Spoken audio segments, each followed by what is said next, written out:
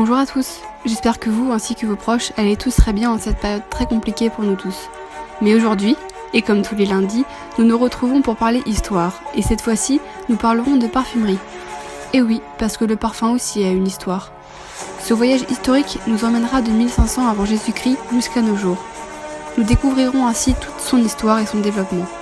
Par exemple, nous pouvons nous demander comment est née la parfumerie, par qui a-t-elle été inventée, comment et par quels moyens, pourquoi est-elle utilisée, dans quel but. Mais surtout, nous découvrirons comment la parfumerie a évolué durant toutes ces périodes historiques. Vous êtes prêts à découvrir cet univers passionnant ? Alors suivez-moi, c'est parti ! Tout d'abord, savez-vous que le parfum signifie perfumum, qui signifie par la fumée, ou bien au moyen de la fumée, expression venant des premiers usages antiques et sacrés, du parfum ayant un but religieux pour communiquer avec les dieux. Commençons alors ce voyage historique, là où tout a commencé, en Égypte. Le parfum est donc né à la préhistoire lors de la naissance du feu, mais c'est l'Égypte qui a boosté son utilisation. Ce sont alors les prêtres parfumeurs, accompagnés d'embaumeurs, qui élaborent les parfums et contribuent aux prières. Ils œuvrent dans les temples et utilisent des matières premières cachées dans des pièces secrètes pour confectionner leurs parfums. Les parfums sont constitués d'eau, puisque l'alcool n'existe pas encore à cette époque, ainsi que de matières premières, pouvant être solides ou liquides, comme par exemple la graisse animale, la myrrhe, le jasmin, le lotus bleu, la rose, le cumin. Ces matières premières macèrent alors dans l'huile. À l'époque, les parfums sont solides, puis brûlés et offerts en fumigation ou sous forme d'huile avec des fleurs. Comme je l'ai évoqué, les prêtres parfumeurs utilisaient des matières premières dont le lotus bleu, qui était une fleur sacrée de l'Égypte. Car Néfertin était le dieu du parfum, accompagné de sa fleur de lotus. C'est un nénuphar qui apporte une note florale solaire à un parfum. Par exemple, nous avons le lotus bleu de Roger Egalé. Vous connaissez ce parfum ? Il revendique très bien cette fleur. Et autre petite anecdote, saviez-vous que Néfertiti adorait l'huile parfumée au jasmin ? On la surnommait la Belle est venue. Le premier parfum solide de l'Antiquité se nomme le kifi. Sa création a duré environ 6 mois, et il est composé d'une dizaine de matières premières qui sont liées à la religion, comme par exemple le miel, le safran ou encore la cannelle. On dit donc que c'est un accord épicé et sucré. Ce parfum avait plusieurs utilités. Il était offert en fumigation aux dieux et utilisé pour guérir les infections urinaires ou pulmonaires. Ce parfum était brûlé le soir afin de conduire vers le sommeil, d'apaiser les tensions et de calmer. Plutarque, qui était un écrivain grec, a écrit sur les premiers parfums de l'histoire et a dévoilé la formule de ce parfum. À cet instant, vous êtes sûrement en train de vous demander quel était le but premier de ce parfum à l'époque. Eh bien, le but premier du parfum à cette époque était religieux et sacré. On se parfume pour être accepté et communiquer avec les dieux. On l'utilise pour accéder à la vie éternelle ou encore pour soigner, séduire, mais aussi pour la cuisine. Il était autant utilisé par les hommes que par les femmes. Mais aussi, le parfum était utilisé lors de la momification, où les corps étaient parfumés. Je m'explique. La momification dure environ 70 jours, et on enlève les organes du corps que l'on dispose dans des canopes. Un organe dans chaque canope, donc 4 canopes. Les corps sont ainsi embaumés et imbibés dans du neutron, qui est étincelle, et pendant 30 jours dans une huile parfumée avec de l'encens et de la myrrhe. Puis sont bordés de bandelettes de lin, d'environ 1000 mètres pour les pharaons et 300 pour les autres, égyptiens. Les Égyptiens étaient traumatisés à l'idée de mourir ailleurs qu'en Égypte pour ne pas être momifiés, et donc de ne pas accéder à l'au-delà, afin de rejoindre les dieux. Le parfum est aussi un élément nécessaire et clé de la réincarnation. Par exemple, la momie de Ramsès II a été retrouvée en 1982 avec des grains de poivre dans les narines, afin de conserver la forme des narines, et le parfum du poivre accompagne les défunts vers l'au-delà. Sans son parfum, le processus n'est donc pas possible. Cela nous montre une fois de plus que le parfum a un rôle très important pour accéder à la vie de l'au-delà. Les Égyptiens voulaient sentir bon par tous les moyens. Ils portaient des bijoux creux où étaient disposées des graines parfumées, des cônes sur la tête en graisse animale parfumée qui fondaient à la température du corps, portés pour les grandes occasions, notamment par les plus modestes. Ils se parfument sur la tête en direction du divin. Le parfum est un emblème pour ce peuple. Les Égyptiens utilisaient aussi le parfum pour la cuisine et les bières qu'ils ont inventées et la parfumaient à la menthe, à l'anis ou bien à la muscade. Les Égyptiens ont fait de nombreuses découvertes à l'époque liées au parfum, telles que l'enfleurage, une méthode d'extraction d'essence de matières premières consistant à déposer des fleurs fraîches sur de la graisse animale, sur un châssis en bois où les molécules odorantes vont être absorbées par cette graisse. On y met alors de nouvelles fleurs fraîches. La graisse ensuite est gorgée de cette odeur et filtrée avec du lin et on récupère une huile parfumée. Les Égyptiens ont aussi inventé l'alambic sous le nom de ambikos ou ambrix en arabe, en -50 avant Jésus-Christ, provenant de ce qu'on peut appeler un dessin ou plan nommé la chrysopée, réalisé par Cléopâtre. L'alambic permettra plus tard de réaliser ce qu'on appelle une distillation, qui est une autre méthode d'extraction d'essence.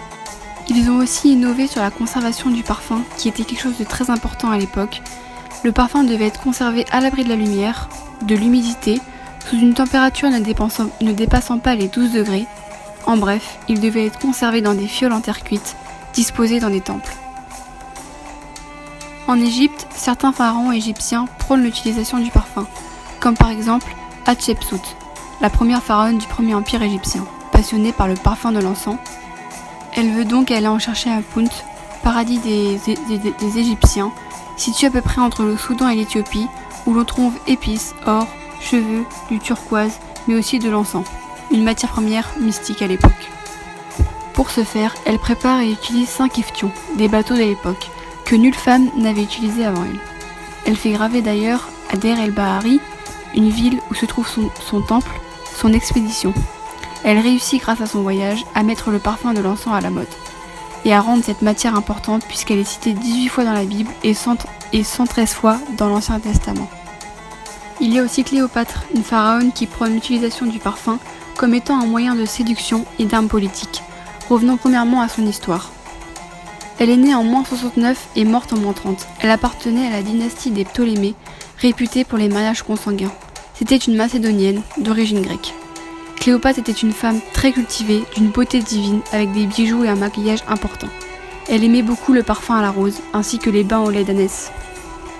À cette époque, les Égyptiens avaient contracté des dettes avec Rome et notamment avec Jules César, dirigeant de Rome. Cléopâtre veut donc protéger et redonner sa puissance à l'Égypte. Elle est nommée Cléopâtre, Philopatrice, qui signifie « qui aime son pays ». On lui impose 2 maris, ses frères, mais les tue en les empoisonnant, jusqu'au moment où elle va user du parfum et de ses charmes afin d'avoir une alliance avec les Romains pour protéger l'Égypte, son Égypte qu'elle aime tant.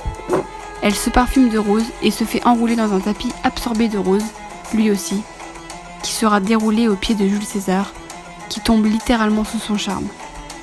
Ils arrivent tous les deux alors à trouver une entente, ce qui forme alors une alliance entre Rome et l'Égypte.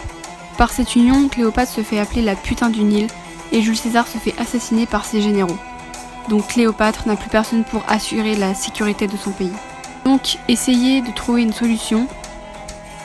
Après la mort de Jules César, c'est donc Marc-Antoine, son neveu, qui reprend la tête du royaume. Évidemment, il sera la prochaine cible de Cléopâtre. Et savez-vous comment ? Eh bien évidemment, elle va user encore une fois de son parfum, en organisant un rendez-vous sur un kéftion parfumé au jasmin, faisant tomber Marc-Antoine sous le charme de Cléopâtre. Et ils tombèrent tous deux amoureux. Aujourd'hui, beaucoup de parfums vont s'inspirer de cette période historique qui est l'Égypte, notamment le parfum Trésor de Lancôme, ou encore le parfum Un jardin sur le Nil de chez Hermès, ou celui Le Lotus bleu de chez Roger et Gallet. Mais on a aussi beaucoup de choses hors parfum qui s'inspirent de cette époque, notamment les groupes de musique, comme par exemple Pink Floyd. Nous avons aussi l'art déco et l'art nouveau, mais aussi des épices qu'on retrouve beaucoup aujourd'hui, le savon Cléopatra et la colle Cléopâtre, le henné et beaucoup de pubs qui s'inspirent de cette période historique. Maintenant, passons à la deuxième étape de notre voyage historique et partons en Grèce, où nous découvrirons que le parfum s'inspire quand même pas mal de son histoire égyptienne. Il faut savoir qu'en Grèce, à cette époque, le parfum, tout comme en Égypte, était utilisé pour entretenir un rapport entre guillemets avec les dieux. Les Grecs étaient dans la quête du nectar pour l'immortalité des dieux, et en fait on appelait les pitiés les intermédiaires entre les hommes et les dieux. Et en fait ça devait être des jeunes femmes vierges et pures, et en fait elle absorbait des plantes pour entrer en transe, et elle lisait les oracles, afin d'informer les hommes de ce que voulaient dire les dieux. À cette époque, la religion était polythéiste. Depuis le XIIIe siècle avant Jésus-Christ, le parfum était divin. Et en Grèce, on raconte alors 2 légendes qui pourraient expliquer sa provenance.